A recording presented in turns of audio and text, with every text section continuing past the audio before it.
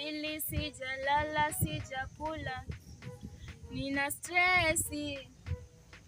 Nyumba imegeuka chumba cha dharura, emergency. Suni marafiki ya mashosti, hamna subiri ni pendo ni posti. Bora nitafute pesa, nijue kweli mafanikio.